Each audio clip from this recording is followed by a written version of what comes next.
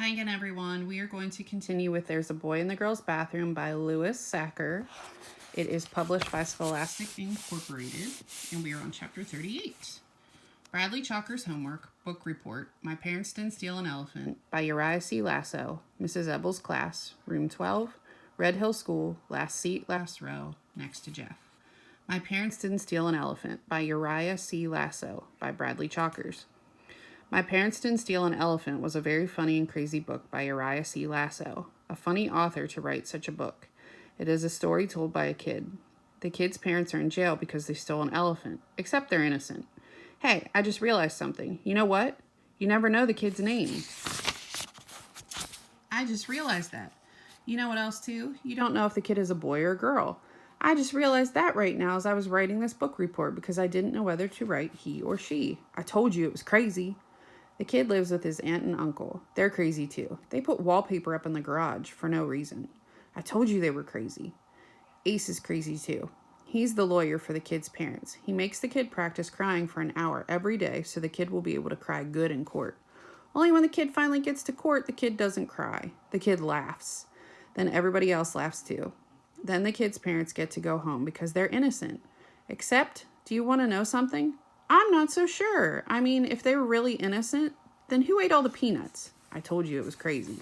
The end. The end. Absolutely wonderful, said Carla. Is it good? Asked Bradley. You captured the very essence of the book. He smiled, even though he didn't know what essence meant.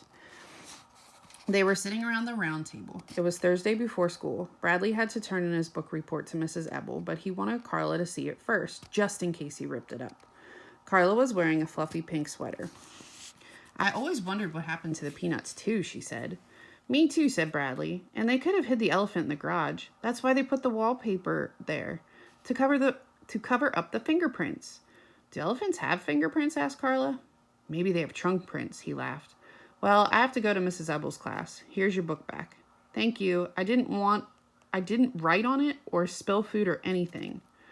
I'd like for you to keep it, said Carla. It's my present to you. But I thought it was one of your favorite books. It is. That's why I want to give it to you.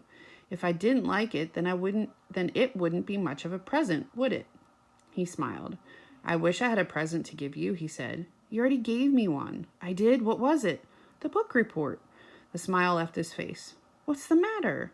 Well, I'm supposed to give it to Mrs. Ebel, but that's okay. You can have it. It wouldn't be much of a present if I didn't want it too. Carla laughed and shook her head. That's very sweet, Bradley, but that's not what I meant. I want you to give it to Mrs. Ebel. It just makes me very happy that you did such a wonderful job. That's the present you gave me. Really? Really, said Carla. It was the best present I could have gotten. He thought that was great. He was able to give it to Carla and still give it to Mrs. Ebel. What's wrong? Carla wiped her eyes. The corners of her mouth trembled. Are you crying? He asked. Bradley, I have something to tell you, she said. I hope you can listen to what I have to say without feeling scared or upset. He suddenly felt very scared and upset. Tomorrow will be my last day here at Red Hill School. Huh? That's why I'm so glad you've written such a wonderful book report. I know you can continue to do good work without me. I'm very proud of you. You're leaving? She nodded. I've been transferred. I'll be teaching kindergarten at Willow Bend School. But I want to thank you, Bradley. You made my short time here very special. I'm so glad we got to know each other. You're leaving? We can still see each other, she said. Saturday He shook his head. No, you can't go. It's not fair. I have to. He couldn't believe it. What if I don't do my homework? Then you'll have to stay and make me want to do it again. She smiled warmly at him. Her blue eyes glistened. You're on your own now, Bradley. I know you'll do wonderfully. No, it's not fair. He stood up. You tricked me. Carla stood too. She walked around the table toward him. I hate you, he shouted in her face. I know you don't mean that. Yes, I do. I hate your stupid book too. He picked up My Parents Didn't Steal an Elephant by Uriah C. Lasso and threw it at her. Then he picked up his book report. Bradley, please. He ripped it in half. He stretched his mouth so wide it was hard to tell whether it was a smile or a frown. He tore his book report again and dropped the pieces on the floor. I hate you, he shouted, then ran out of her office. He ran into the boys' bathroom. He leaned over the sink and cried. His face throbbed as he watched the water wash down the drain. There was a knock on the bathroom door. Bradley, said Carla, are you all right? Go away, he yelled. I hate you. The door slowly opened and she stepped inside. "You're not allowed in here," he said. "I think it's important that we talk," said Carla. "That's how friends handle their problems, by talking about them. That's why we've become such good friends, because we've learned to talk to each other."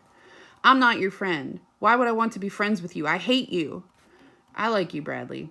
I can like you, can't I? You don't have to like me." "I'm not going to Colleen's birthday party," he said, "and I don't like Jeff either, and I'm never going to do my homework, ever, and I'm going to fail all my tests." "Do you want to know what I think? I think you're worried that now that I'm leaving, everything will turn bad again. You think that Jeff won't like you anymore, and Colleen won't want you to come to her party, and Mrs. Ebel will give you bad grades no matter how hard you try." "This is the boys' bathroom!" "But it wasn't me who magically changed your life, Bradley," she said. "It was you. You're not Cinderella, and I'm not Prince Charming." "You're not allowed in here," he said coldly. "Saturday, I'm going to need someone to help me move all my things out of the office," she said. "I would appreciate it very much if you would come and help me. Then afterward, we could have lunch together. We can go to a restaurant, just the two of us."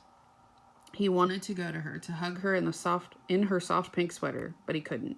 He felt like his insides were being ripped apart. "It will be lots of fun," said Carla, "and it would be a great help to me."